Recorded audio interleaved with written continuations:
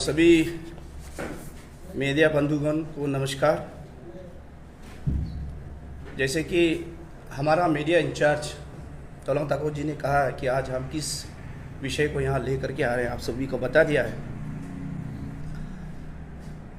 पिछले 15 दिनों से आप सभी ने भी देख रहा होगा कि भारत का जो संसद में किस तरह का माहौल है। आज राहुल गांधी जी ने संसदीय इतिहास की सारी गरिमा और मर्यादा को तार तार कर दिया है। राहुल गांधी देश में अराजकता और झूठ के पोस्टर बॉय का प्रतीक बन गया। आप सब देख रहा होगा।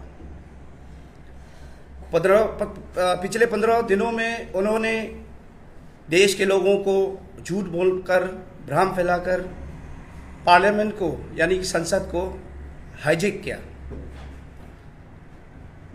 और हर एक दिन उनका जो स्टेटमेंट है वो किस तरह से हर एक दिन उनका स्टेटमेंट जो चेंज करते जा रहा है दिन बे दिन, वो आप सब देख रहा होगा। पहले उन्होंने कहा कि शिक्षा मंत्री को इस्तीफा देना होगा, फिर कहा सदन में नीट पर चर्चा होना चाहिए।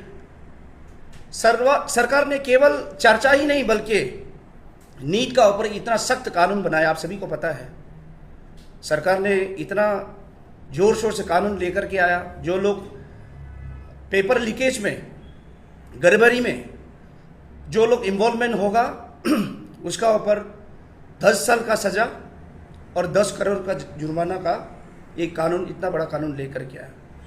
फिर ये कानून लेकर के आने के बाद में फिर राहुल गांधी का स्टेटमेंट चेंज हो जाता है। फिर कहता है कि जंतर मंतर में जो धरना के समय, प्रोटेस्ट के समय जो छात्र के साथ जो व्यवहार हुआ है उसका बारे में गृह मंत्री जी को संसद में बयान देना है, उन्होंने ये कहा। और जबकि सरकार ने डे 1 से कहा है कि विपक्ष और कांग्रेस कम से कम संसद तो चलने दे, हम हर एक विषय पर चर्चा करने का तैयार है, हर एक सवाल का जवाब देने का तैयार है, लेकिन कांग्रेस ने संसद चलने नहीं दिया। आप सब देख रहे हैं। केंद्र सरकार ने आज स्पष्ट रूप से बताया और संसदीय कार्य मंत्री श्रीमान किरण रिजिजू ने स्पष्ट रूप से बताया कि माननीय गृह मंत्री अमित शाह जी सभी सवालों का जवाब देने के लिए तैयार है। तो राहुल गांधी ने फिर अपना गोल पोस्ट चेंज कर देता है। तो इसलिए आप सभी देखा होगा, कल राहुल गांधी ने एक प्रेस ब्रीफिंग किया, प्रेस के माध्यम से उन्होंने कहा और झूठ फैलाकर कहा कि अगर उन्होंने कहा कि चर्चा चाहिए उनको, तो चर्चा के लिए अमित शाह जी तैयार है और वो नहीं चाहता है कि चर्चा हो।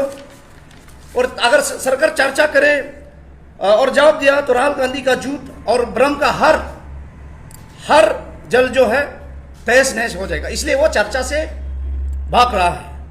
इसलिए राहुल गांधी जी को मैं कहना चाहूँगा कि अमित शाह जी हर एक सवाल पर चर्चा करने का तैयार है, जवाब देने का तैयार है। अब चर्चा से ना भागे और आप चर्चा से डरे मत। और आप सभी ने देख रहा होगा, जब जंतर मंतर में जब छात्रों का जो प्रोटेस्ट हुआ उस समय राहुल गांधी जी ने क्या क्या एक्टिविटीज किया है एक्टिवली, आप लोगों ने देखा होगा। लेकिन जब अभी झारखंड में उनका जो सहयोगी सरकार, उनका जो मिलीभगत सरकार, जो झारखंड मुक्ति मोर्चा के साथ उनका जो अलायंस सरकार, वहाँ छात्रों के साथ इतना अन्याय हो रहा है, इतना अत्याचार हो रहा है। आप सभी ने भी देखा होगा, कल इतना लाठीचार्ज हो रहा है, वाटर कैन उन पर चलाया जा रहा है, आंसू गैस के गोले उन पर चलाया जा रहा है।